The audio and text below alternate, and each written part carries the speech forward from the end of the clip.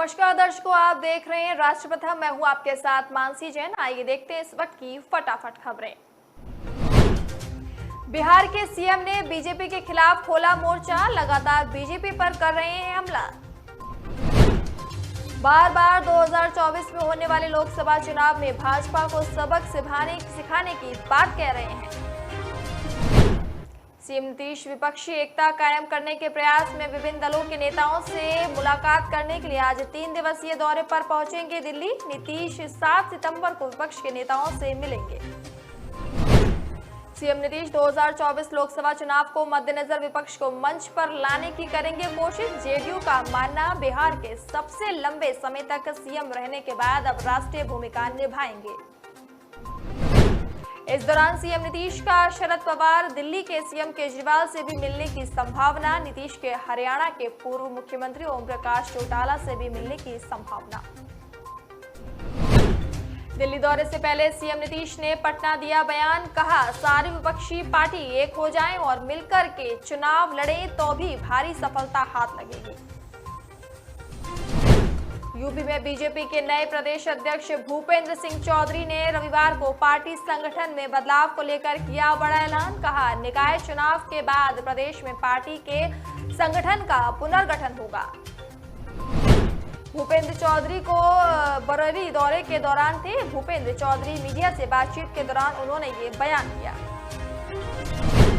चौधरी ने कहा राज्य में बीजेपी संगठन का पुनर्गठन निकाय चुनाव के बाद होगा। इस समय बीजेपी के कार्यकर्ताओं का एकमात्र लक्ष्य निकाय चुनाव जीतना। बीजेपी एक लोकतांत्रिक दल है। निकाय चुनाव के बाद प्रदेश में पार्टी के संगठनात्मक प्रक्रिया होगी शुरू। इसमें मंडल, जिला और क्षेत्र स्तर पर कार्यकर्ता तैयार किए जाएंगे। शिक्षक दिवस के अवसर पर राष्ट्रपति द्रौपदी मुर्मू आज विज्ञान भवन में 46 शिक्षकों को राष्ट्रीय पुरस्कार प्रदान किया। 46 टीचर्स अलग अलग राज्यों से चुने गए। शिक्षक दिवस के मौके पर शिक्षा मंत्रालय का स्कूली शिक्षा और साक्षरता विभाग हर साल 5 सितंबर को एक राष्ट्रीय समारोह का किया जाता है आयोजन। इसमें देश के सर्वश्रेष्ठ शिक्षकों को राष्ट्रीय पुरस्कार प्रदान किए जाते हैं। पुरस्कारों के लिए शिक्षकों का चयन ऑनलाइन 3 स्तरीय चयन प्रक्रिया के जरिए पारदर्शी तरीके से किया जाता है। शिक्षा विभाग के मुताबिक जिन शिक्षकों को पुरस्कार दिया जाएगा उन्हें इसमें योग्यता प्रमाण पत्र, 50,000 रुपए और एक सिल्वर मेडल दिया जाएगा। टीचरों के राष्ट्रपति से सम्मान लेने के बाद पीएम नरेंद्र मोदी भी करेंगे बात। कार्यक्रम के मुताबिक पीएम मोदी आज 4:30 बजे से लेकर 7 लोक कल्याण मार्ग पर आयोजित कार्यक्रम में टीचर से करेंगे बातचीत। सुप्रीम कोर्ट में बड़े केसों की सुनवाई के लिहाज से सितंबर काफी अहम महीना होने जा रहा है। महीने की शुरुआत से ही सुप्रीम कोर्ट में कई बड़े केस आए। 3 दिन पहले ही सुप्रीम कोर्ट ने गुजरात दंगे मामले में अरेस्ट की गई तीस्ता सीतलवाड़ को अंतरिम जमानत दे दी थी। कोर्ट ने कहा रेगुलर बेल पर हाई कोर्ट फैसला सुना सकता है। तीस्ता सीतलवाड़ के अलावा सुप्रीम कोर्ट में इस महीने और भी कई बड़े केस पेंडिंग। कुछ केस की सुनवाई होने वाली है आज सुप्रीम कोर्ट में सभी धर्मों में तलाक की एक समान व्यवस्था की मांग वाली याचिका पर सुनवाई हुई। साथ ही कोर्ट शादी की एक समान उम्र, बच्चा गोद लेने के नियम भी सभी धर्मों के लिए एक जैसे मांग वाली याचिकाओं को भी सुना। इनमें से अधिकतर याचिकाओं पर कोर्ट पहले नोटिस जारी कर चुका। अलग अलग दाखिल हुई ये याचिकाएं पहली बार एक ही साथ लगाई गई। कुछ वरिष्ठ नेता राहुल गांधी को लेकर तमाम सवाल उठा रहे हैं, लेकिन राहुल गांधी पार्टी को मजबूत करने में जुटे। कांग्रेस लगातार बीजेपी सरकार पर हमलावर। इसी कड़ी में राहुल गांधी आज गुजरात में कांग्रेस के बूथ स्तरीय सम्मेलन में हुए शामिल। राहुल गांधी गुजरात में आगामी विधानसभा चुनाव को देखते हुए भारत जोड़ो यात्रा से पहले बूथ स्तरीय पार्टी कार्यकर्ताओं की एक रैली को उन्होंने किया संबोधित। राहुल गांधी आज अहमदाबाद के साबरमती रिवर फ्रंट में बूथ स्तर के कार्यकर्ताओं के परिवर्तन संकल्प सम्मेलन को भी उन्होंने किया संबोधित। सितंबर से शुरू होने वाली भारत जोड़ो यात्रा से पहले महात्मा गांधी का आशीर्वाद लेने के लिए साबरमती आश्रम गए। राहुल गांधी। भारत जोड़ो यात्रा के तहत 12 राज्यों और 2 केंद्र शासित प्रदेशों में 3500 किलोमीटर लंबी पदयात्रा की जाएगी। यात्रा लगभग 150 दिनों में होगी पूरी।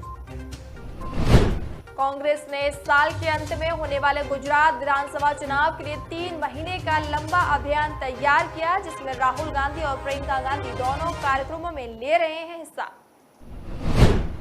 बांग्लादेश की पीएम शेख हसीना भारत की 4 दिवसीय यात्रा पर आएंगी। इस दौरान भारत और बांग्लादेश रक्षा, व्यापार और नदी जल बंटवारे के क्षेत्रों में सहयोग बढ़ाने उपायों की घोषणा हो सकती है।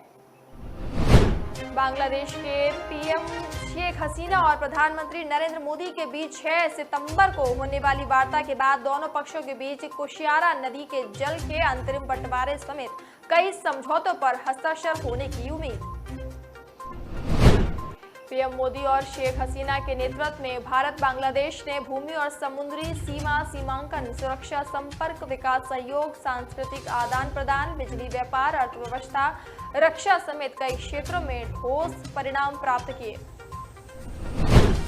केंद्रीय गृह मंत्री अमित शाह ने सीएम केजरीवाल पर साधा निशाना। शाह का दावा, कुछ लोग सामाजिक कार्यकर्ता मेघा पाटकर को गुजरात की राजनीति में पिछले दरवाजे से प्रवेश कराने की कोशिश कर रहे हैं। मेघा पाटकर ने राज्य की जीवन रेखा नर्मदा परियोजना का विरोध किया। आम आदमी पार्टी ने नर्मदा बचाओ आंदोलन की संस्थापक सदस्य पाटकर को साल 2014 के लोकसभा चुनावों में मुंबई की उत्तर पूर्व सीट से मैदान में उतारा था। गृह मंत्री अमित शाह ने कहा, नर्मदा परियोजना का विरोध करने वाली मेघा पाटकर को गुजरात की राजनीति में पिछले दरवाजे से प्रवेश कराने के लिए कुछ लोगों ने इन दिनों नई शुरुआत की। झारखंड में मची राजनीतिक हलचल के बीच सोमवार को विधानसभा का विशेष सत्र बुलाया गया। इस दौरान सोरेन सरकार विश्वास मत प्राप्त करने के लिए रखेंगे प्रस्ताव। विधानसभा सचिवालय द्वारा विधायकों को भेजे गए पत्र के अनुसार सीएम सोरेन ने बहुमत साबित करने के लिए विश्वास मत प्रस्ताव लाने की इच्छा जाहिर की। इस दौरान सभी विधायकों को सदन में मौजूद रहने के लिए कहा।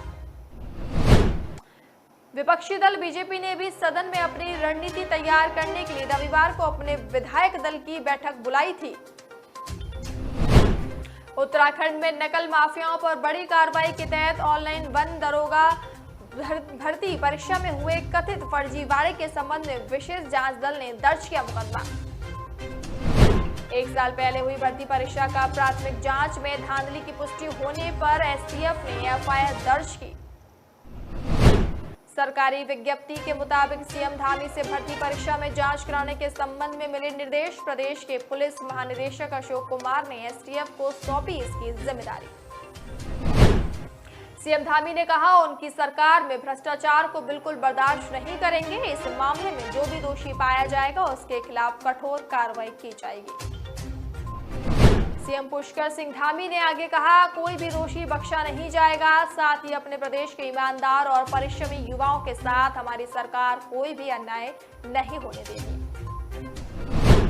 महाराष्ट्र की शिंदे सरकार ने राज्यपाल कोटे के तहत विधान परिषद सदस्यों के रूप में 12 लोगों को मनोनीत करने संबंधित तत्कालीन महाविकास आघाड़ी सरकार की सिफारिश वापस ली। उद्धव ठाकरे के नेतृत्व वाली पिछली सरकार ने 2 साल पहले एमएलसी के रूप में मनोनीत करने के लिए 12 लोगों के नामों की थी सिफारिश। कला, साहित्य, सामाजिक कार्य आदि के क्षेत्र के लोग एमएलसी के रूप में मनोनीत होने के पात्र होते हैं। एमवीए ने जिन 12 लोगों का नाम एमएलसी बनाने के लिए भेजा था उसमें अभिनेत्री उर्मिला का नाम भी शामिल था। वंदे भारत ट्रेन को लेकर यात्रियों में काफी उत्सुकता। ट्रेन के फिलहाल 2 रूट हैं। इसमें दिल्ली वाराणसी और दिल्ली कटरा के रूट पर यात्री ट्रैवल कर रहे हैं। अब इसके तीसरे रूट अहमदाबाद मुंबई रूट को लेकर एक अच्छी खबर आई है सामने। भारतीय रेलवे 7 सितंबर से अहमदाबाद मुंबई रोड पर तीसरी वंदे भारत ट्रेन का आखिरी ट्रायल करेगा। अहमदाबाद मुंबई रूट पर तीसरी वंदे भारत ट्रेन का आखिरी ट्रायल 2 दिनों के लिए किया जाएगा आयोजित। मध्य प्रदेश में कोरोना वायरस के मामले लगातार हो रहे हैं कम। अब तक 322 सक्रिय मरीज बचे। प्रतिदिन पॉजिटिविटी मरीजों की संख्या में कमी देखने को मिली। प्रदेश के 23 जिलों में कोरोना का एक भी सक्रिय मरीज मौजूद नहीं। प्रदेश में पिछले 24 घंटे में कोरोना के 40 नए पॉजिटिव आए केस नए सामने, 80 मरीज हुए स्वस्थ। पड़ोसी मुल्क पाकिस्तान में बाढ़ से तबाही मची, बारिश और जल प्रलय ने जीवन अस्त व्यस्त किया। बाढ़ में अब तक 1300 लोगों की हुई मौत, बाढ़ के कारण संक्रमण रोग बढ़ने का खतरा बढ़ा। अधिकारियों ने संक्रमण से फैलने वाली बीमारियों के प्रसार को रोकने के लिए प्रयास किए तेज। इसके अलावा पाकिस्तानी की आर्थिक स्थिति भी चरमरा गई। पाक में भीषण बाढ़ के बाद करोड़ों लोग कैंपों और राहत शिविरों में रहने को हुए मजबूर। पाक की एक तिहाई हिस्सा बाढ़ की बुरी तरह से चपेट में आया। बाढ़ पीड़ितों की मदद करना पाकिस्तान के लिए सबसे बड़ी चुनौती। सिंध का इलाका बाढ़ से बुरी तरह हुआ प्रभावित। मानसून अब अपने अंतिम चरण पर, देश के कई राज्यों में अभी भी तेज बारिश का कहर जारी। बिहार के कई जिलों में बाढ़ के चलते लोगों को परेशानी उठानी पड़ रही है। मौसम विभाग ने ओडिशा में अगले 24 घंटों में गरज के साथ भारी बारिश की जताई संभावना। आईएमडी ने ओडिशा के 23 जिलों के लिए येलो अलर्ट भी जारी किया। मौसम विभाग के अनुसार राज्य में 6 सितंबर से बारिश और तेज होगी और कई जिलों में 8 सितंबर तक बरसात होती रहेगी। खनन माफियाओं के हौसले हुए बुलंद। खनन माफियाओं ने टोल पर दबंगाई दिखाते हुए टोल प्लाजा का बैरियर तोड़ते हुए बालू से लदे ट्रैक्टर को निकाल ले गए। टोल कर्मी डंडों से ट्रैक्टर को रोकने की कोशिश करते हुए नजर आए। पूरे मामले का सीसीटीवी फुटेज भी सोशल मीडिया पर हुआ वायरल। खनन माफिया ट्रैक्टरों में भरकर अवैध तरीके से ले जा रहे थे बालू। एक एक कर 13 ट्रैक्टर निकलते गए। इस मामले की जांच पड़ताल में जुटी पुलिस। फिलहाल इस फटाफट खबर में इतना ही। अब मुझे दीजिए इजाजत। नमस्कार।